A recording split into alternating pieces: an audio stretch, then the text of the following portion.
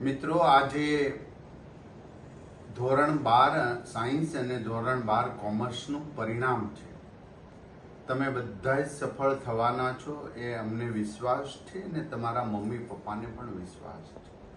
ખૂબ સારું પરિણામ અને નવી પરીક્ષા પદ્ધતિ દ્વારા તમારા સિલેબસમાંથી જ પેપર પૂછાણા છે, એટલે તમને વધુ આનંદ છે.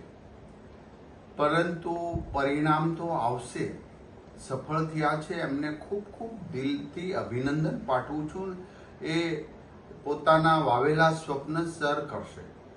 પરંતુ જે નથી સફળ થયા એમને પણ હું અભિનંદન આપું છું, કારણ કે સરકાર દ્વારા, બોર્ડ દ્વારા 1 મહિના પછી બીજી પરીક્ષાનું આયોજન કરવામાં આવ્યું છે. તમે તમામ વિષયની પરીક્ષા આપી શકશો અથવા તો જેમાં ફેલ થયા છો એમાં પણ આપી શકશો. માટે ક્યારેય ડિપ્રેશન કે ટેન્શનમાં આવતા નહીં. તમને પણ તમારા માટે પણ વ્યવસ્થા કરી છે. બહુ હોશિયાર કે ઠોઠ એવું હોતું જ નથી. તમારી અંદરની ભાવનાઓ કેટલી એના પ્રત્યેની લગાવ છે એ પર પરિણામ આવ્યા છે. પરંતુ આજેથી જાગીને જે અસફળ થયેલા વ્યક્તિઓ પણ કાલે સફળ થશે એની પણ આજથી હું તમને શુભેચ્છા પાઠવું છું. મિત્રો, આજે સૂર્યાસ્ત થયો છે, કાલે સૂર્યોદય થવાનો છે.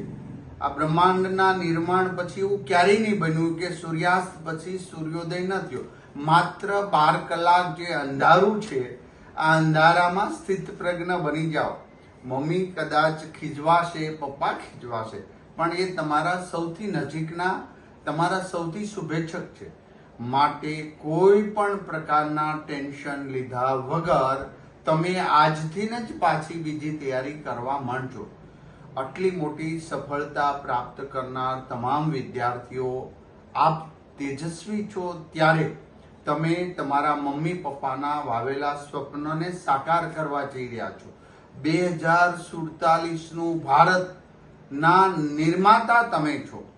ત્યારે તમે હસતા ખેલતા રહો, તમે કૂદતા રહો. પરિણામ જે આવ્યું તે પાસ થયા છે તોય હસો, જેઓ ફેલ થયા છે એ પણ હસશે, કારણ કે એમને તક બીજી આપવામાં આવી છે. તો તમામ મિત્રોને મારી હૃદયપૂર્વકની શુભકામનાઓ છે.